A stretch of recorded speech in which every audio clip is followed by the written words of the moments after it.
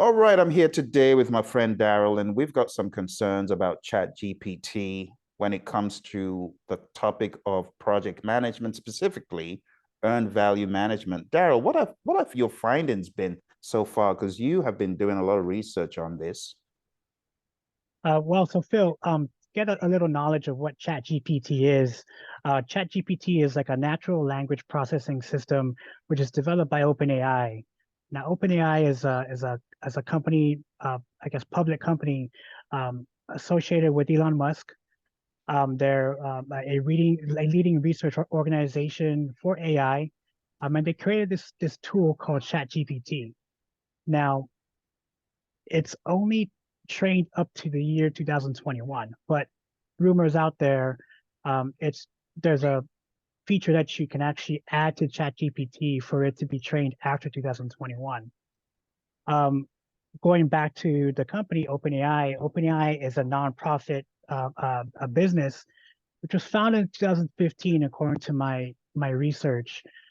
Um, and it was picked up by Elon Musk as far as co-partners, I guess, if you put it that way.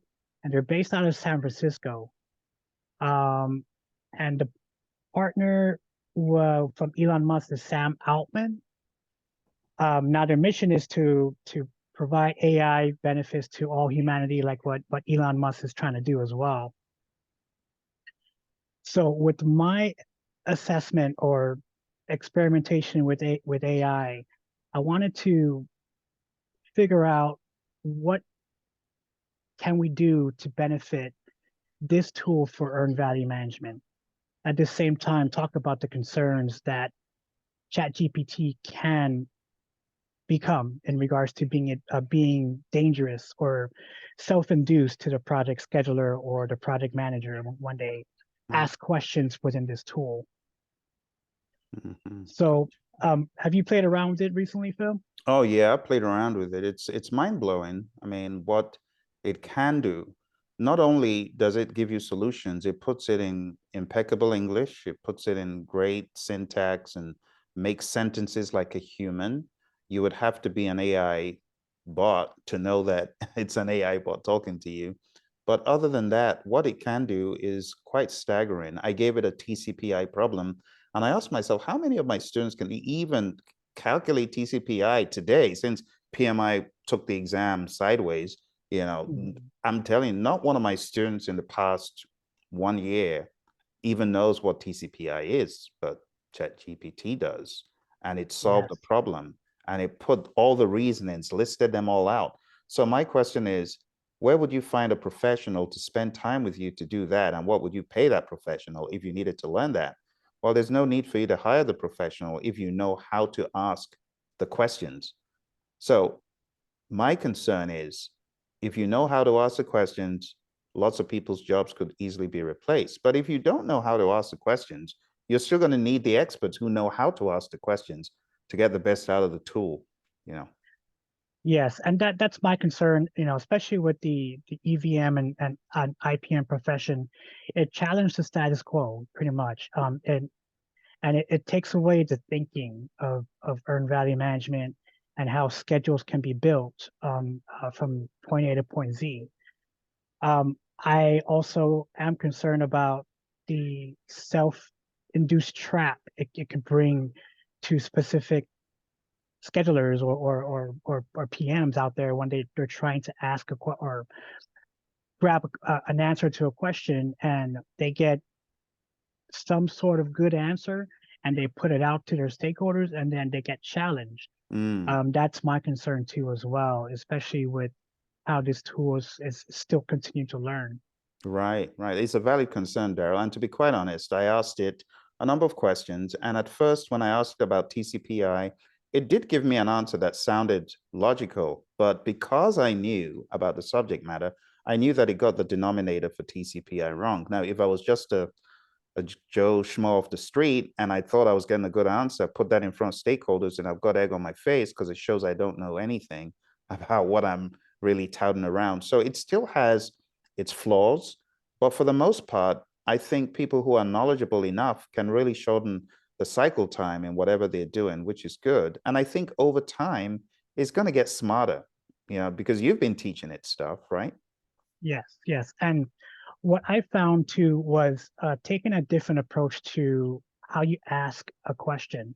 So with my approach that's been working out for me as far as the better response it could give me versus asking a off the wall Joe Schmo question is I use some sort of scenario based question, just like what you see here on the screen.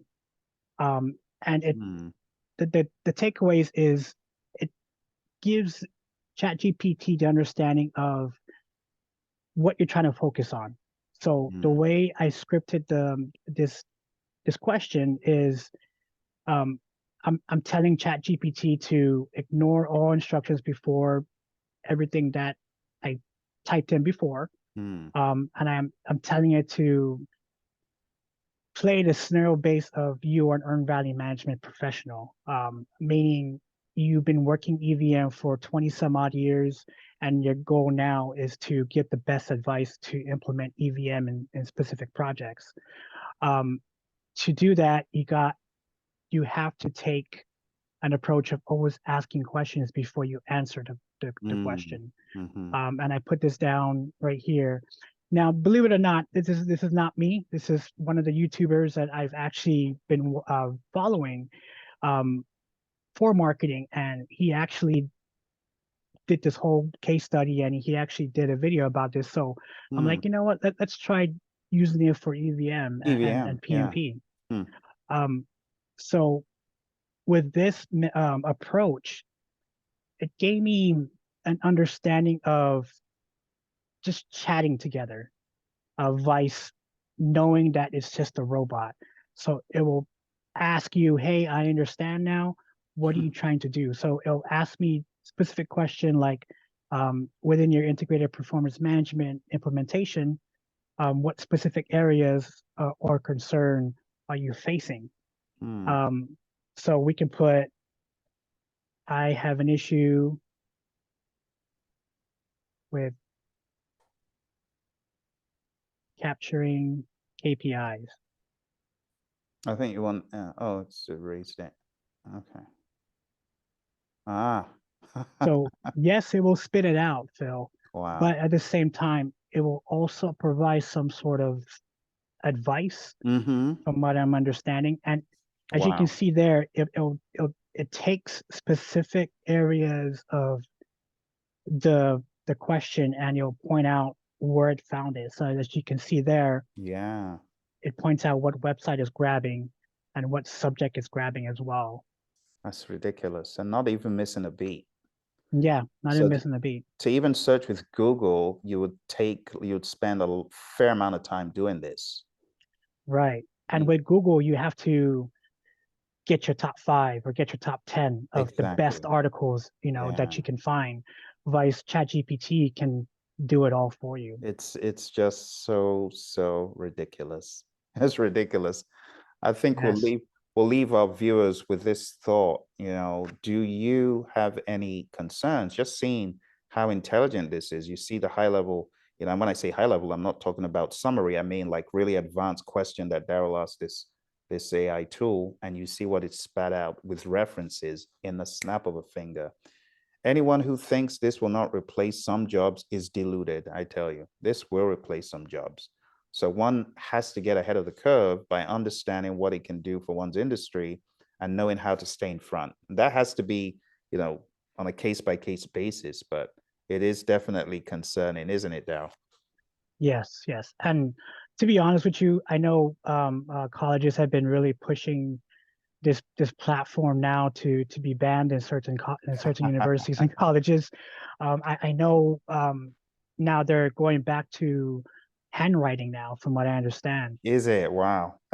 Yeah, so just by listening from YouTube and the news and how this program can be used to the best of its capabilities, but at the same time it's dangerous in regards to taking away the thinking of it all. Mhm. Well, Daryl, thank you so much for jumping on the show and letting people know about this. And this is just the first in a series of episodes. So thank you. Let's know your thoughts. Comment. Bye for now.